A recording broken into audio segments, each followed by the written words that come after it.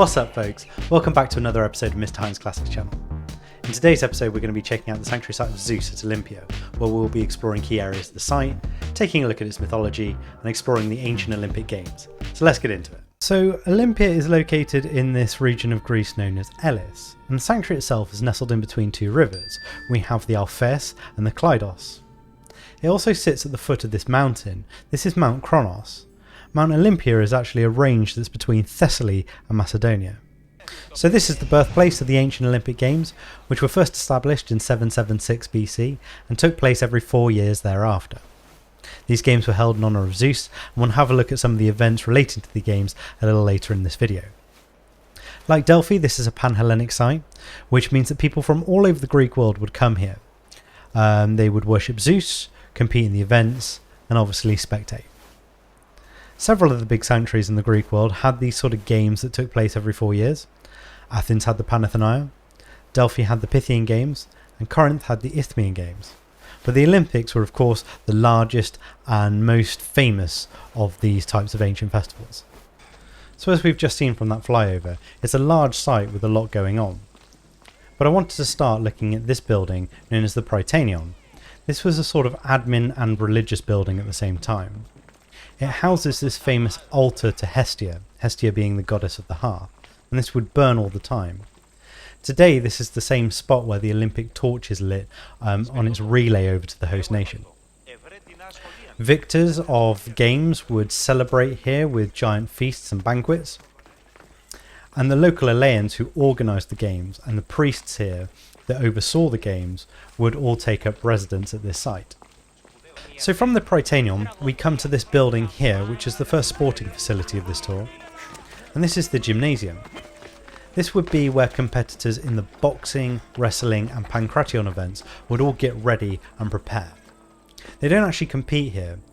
The competition would actually take place on the Stadion, which is the running track just behind these trees here. The pancration is perhaps one of the most famous combat events of the ancient Olympics.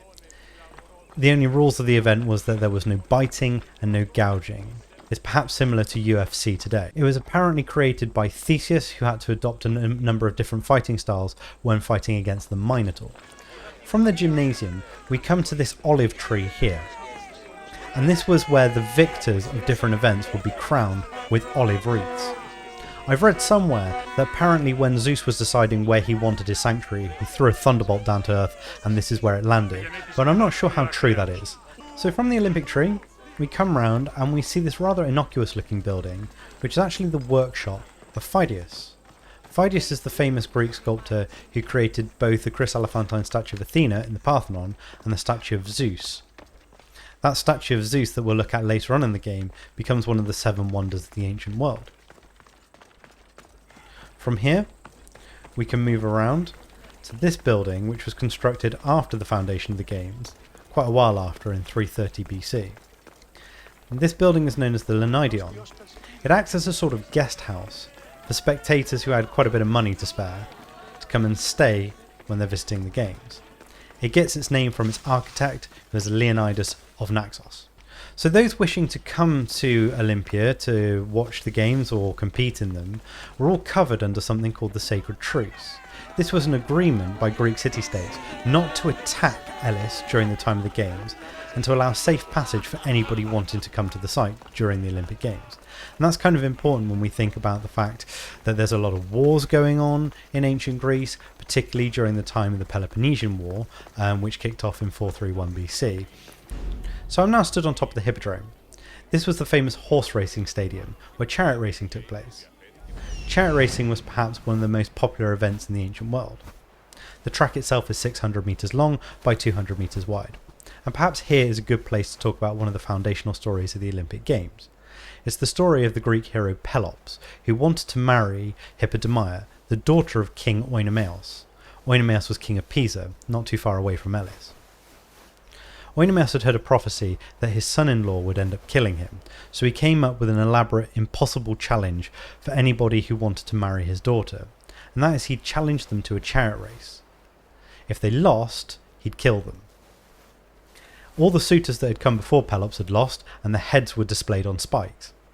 Undeterred, Pelops goes ahead, and he wins the chariot race. In some versions of the myth, he actually wins by cheating, when he changes the linchpin of Oenomaus' chariot to one made from wax. As they race, the linchpin warms up and melts, the wheel comes off Oenomaus' chariot, and he's thrown to his death. Despite the unsavoury nature of that version of the myth, Pelops becomes a Greek hero, and indeed the Peloponnese is named after him. We're now looking out onto the Stadion. This is the running track. It gets its name from a stade. A stade is a unit of measurement in Greek, which is about 180 metres. The track itself is 220 metres in length to account for both the start line and the end line as well. And the competitors would start over in this end, and they would run down the track towards the Temple of Zeus, reminding us of his involvement, that the games are all in honour of Zeus. We can see on this track these circles that are drawn out here as well, and this is for the combat events, particularly the Prytaneion, to take place. We can see that this also houses where all the spectators could watch this famous event taking place, and in the game we can see people limbering up, getting ready, and the judges with their sticks to sort of usher the competitors and sort of get involved if any rules are broken. As we leave the Stadion, we come up to this terrace of treasuries. Just like Delphi, city-states would house their votive offerings in these little temple-like buildings here. They're very small, they just have a naos, and the votive offerings would come in here. But the buildings themselves are quite elaborate to say something about the city-state who's housing their offerings here. In front of the treasuries, we have these statues of Zeus, known as the Zanes. That's the plural for Zeus. And these were put up by anybody who was found to be cheating in the Olympic Games. This was their punishment. They had to pay for these statues to be put up. Just down from the treasuries and the Zanes, we come to our temple here, and this is the temple of Hera, known as the Hippodrome. Not only is Hera Zeus's wife, but there's also a separate version of the Olympic Games specifically for women that would take place every 4 years, and that was known as the Hera. The women who organised the festival wove a new veil for the statue of Hera and left it in the temple here as well. So down from the temple of Hera, we're now in this shrine that's dedicated to Pelops, the same Pelops that I was talking about earlier. It's turned into this sort of elaborate shrine somewhere in the 5th century BC. We have all these trees inside and this mound that is apparently the grave of Pelops. As I said earlier, he becomes venerated as the king of Pisa and becomes this really popular Greek hero and gives his name to the Peloponnese. From his shrine, we can then see the altar of Zeus. This is the famous ash altar where during each Olympic Games there'd be a sacrifice of 100 oxen. This is known as a hecatomb. We can see that going on here.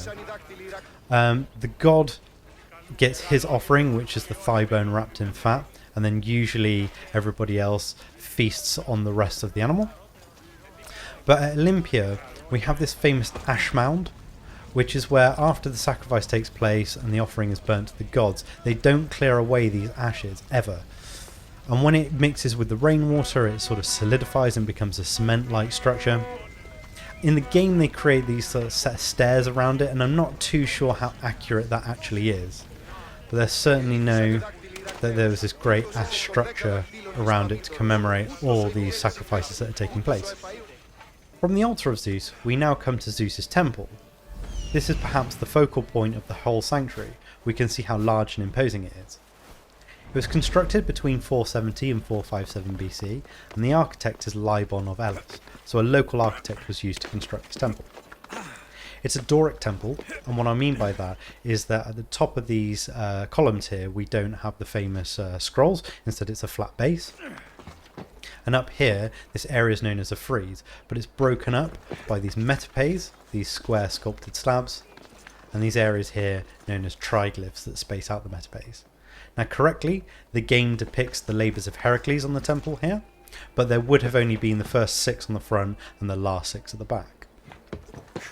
We know that on the Temple of Zeus at Olympia, the labours of Heracles are shown in order, except for the first one, where they promote the story of the cleaning of the Aegean stables, because it was a local myth that took place not too far away from Olympia.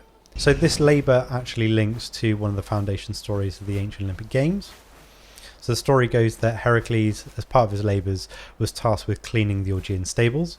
They were these filthy stables. He only had a day to do it. It seemed an impossible task. So he broke the bank of a nearby river, diverting its course through the stables, and it ended up working in cleaning it. He was helped by the goddess Athena. He was promised payment if he did this, and Augeas refuses when he sees that Heracles has actually managed to complete the task. So Heracles is furious, and the two go to war. Heracles ends up winning, and as a result, he sets up the games in celebration of his victory and to honour his father Zeus. The pediments of this temple also depict famous scenes from mythology. The east side would show that chariot race between Pelops and Oenomaus. Actually, it's the moments before the chariot race would take place. It's meant to be quite a pensive and tense scene. And on the back of the temple, we have the depiction of the Centauromachi, the famous battle between the centaurs and the Lapiths. And it had Apollo in the centre overseeing the scene. So this temple would have a row of 6 columns at the front and 6 columns at the back, which is known as hexastyle in design. Interestingly, we also have this 2-tiered colonnade inside the naos of the temple as well. The game has gone with a hole in the roof of the temple, which I'm not sure was part of the original design. Perhaps you can let me know in the comments. Inside the temple, we have the famous Chryselephantine statue of Zeus, the gold and ivory statue of him here, which is the sculpture created by Phidias, whose workshop we looked around earlier. We can see Zeus on top of his throne here. In his left hand, he's holding a scepter with an eagle on top, and in his right hand, he's holding Nike, the goddess of victory.